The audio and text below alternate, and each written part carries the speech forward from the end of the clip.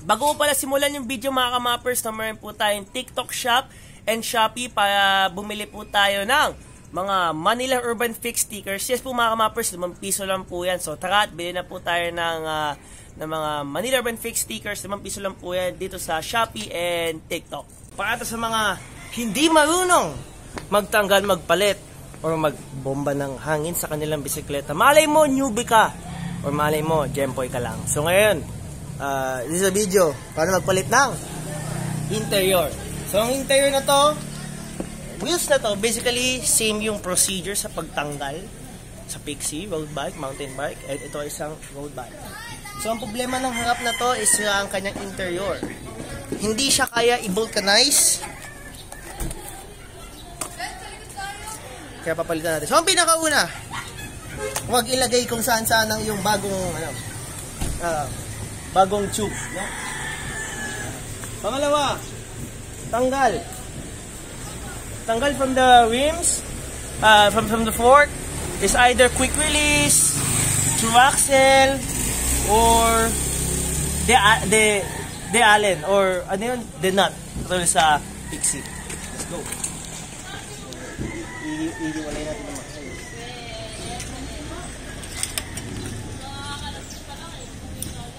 Okay, so ang gagawin natin guys, nakikita nyo ito. Ito ay tawag guys ang tire lever. Itong tire lever na ito, mapapansin nyo, may hook dito. Dalawa, tapos may hook din dito. Itong unang hook, yan yung pag-angat. Yan yung pag-angat. Yan yung pag-angat. Tapos ito naman yung hook, para i-hook dito sa spokes.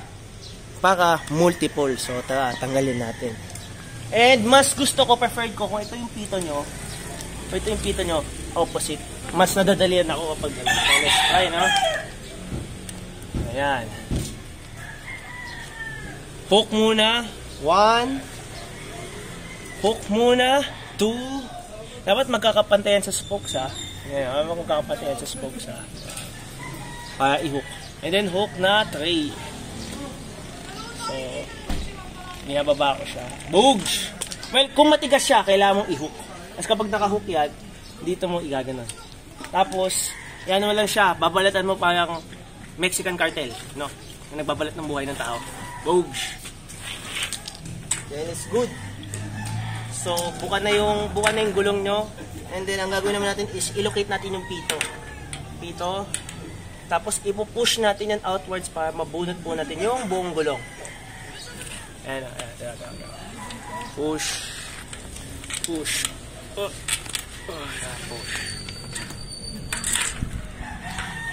Mas bubunutin lang po natin. So, kapag nasa ride kayo, ipavulcanize na to para pag maputasan kayo ulit, di na kayo problema. Or ipatch. So, ito naman tayo sa the new ones. Tapos, locate the butas ng pito, insert. And then, try to insert it inside the wheel. Parang maglalagay ka ng spaghetti sa loob ng wheel set. Shit doesn't make sense, man. It's the shit, no? Ayan lang. Ayan, medyo tedious siya. As it should. Kasi kung hindi tedious to, pag to kumalas, ewan ko na lang. Ang ganda pala ng gulong ko, pana-racer. Anyway. Ganyan lang.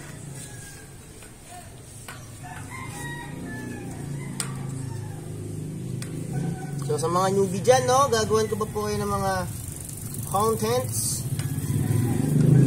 Gagawa ko pa kayo ng mga contents like this para ay matuto naman po tayo, no? Hindi lang po tayo dyan boys. Tapos kapag roughly na nasa loob na lahat, you're going to tuck one side of the gulong, which is itong side. So tuck in muna. Tuck in. Tuck in. Tapos, kapag malapit na mabuo to, malapit na matapos, hihigpit. Kaya, kakailanganin nyo po ulit ng tire lever ulit.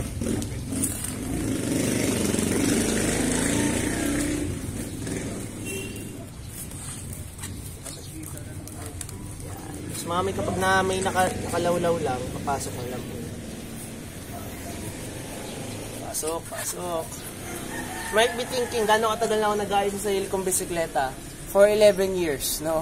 1 year. So, siguro, meron naman ako experience or whatnot. So, ito na, mahigpit na siya. Hindi na siya kaya ng daliri. Yan, hindi na siya kaya ng daliri. Pero may mga gulong na kaya ng daliri, which is yung mga high TPI, yung pang mga racing, yung mga foldable. Ito kasi wired. Wired to, wired. May metal wire dito. No? Kaya mayroon na siya iangat. So, ang gagawin dito, kuha lang po kayo isa. Usually isa, pero kapag nakailangan mo yung dalawa, ayan, so, pero usually sila. Parang i-hook mo lang. Iangat. Okay na siya.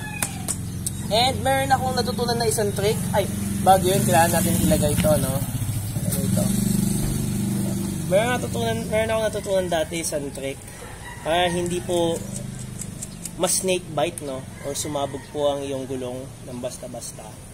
Nahikot nilang po yan. Is, kurut-kurutin, masamasahin, all the way through. Kasi baka meron palang ipit. At kapag binombahan, maipit, puputok ulit. So, ganun yung mga natutunan ko dati sa mga veterano na mga mekaniko is hinihilot. All through. Now you might be like, ay, ang dumi ng gulong, blah, blah, blah. Eh, di maflatan kayo, huwag kayo makauwi. So, ganun po ang pagiging cyclist, no? So, madumi.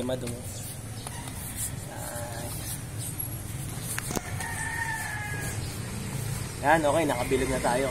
Zoom in naman, dito. Tapos, kapag nakasara yung valve, no air comes in or out. Kapag nakabukas ang valve, airs come in and out. So, kapag ilalagay po natin yung valve ng bomba, kailangan po nakabukas. Kasi kapag nakaganyan po, kapag nakasara, kahit anong buga nyo, hindi po yan papasok ang hangin. So, let's open and let's get the pump.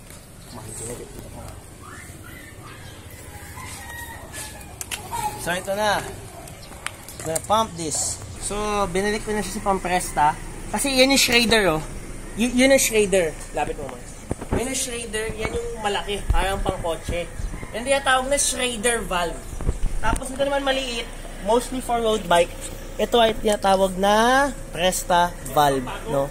So, pwede po iikot to as ito specific na air supply na to. Pwede po siya iikot as Presta or Schrader. So, ito na nga ipasok natin sa Presta. Pagkaangat, ilalak lang natin. Pagkalak, and then we-bomba. So, we-bomba. Kahit hindi naman masyadong mabigat si Jewel. Siguro kahit mga 70 PSI. Ayan, mga kamappers. Tapos na siya technically. Ang gagawin mo na lang is ipapump yung buong gulong. Now, stop muna tayo. Hello, baka may para may beke or para may lumolobo. Man, check the whole gulong. Meron bang lumolobo out of place o pantay yung pagkalobo niya? Pantay ang pagkalobo niya. So in short, patay naman. So in short, continue lang. Kasi minsan may lalaki, sobrang laki na balloon, bug, sasabog. Ibig sabihin, hindi po maayos na nalagay yung interior. So, ito, ayusin po natin. Eh, wala naman dapat ayusin. So, continue lang. Pump lang ng pump. Matakot.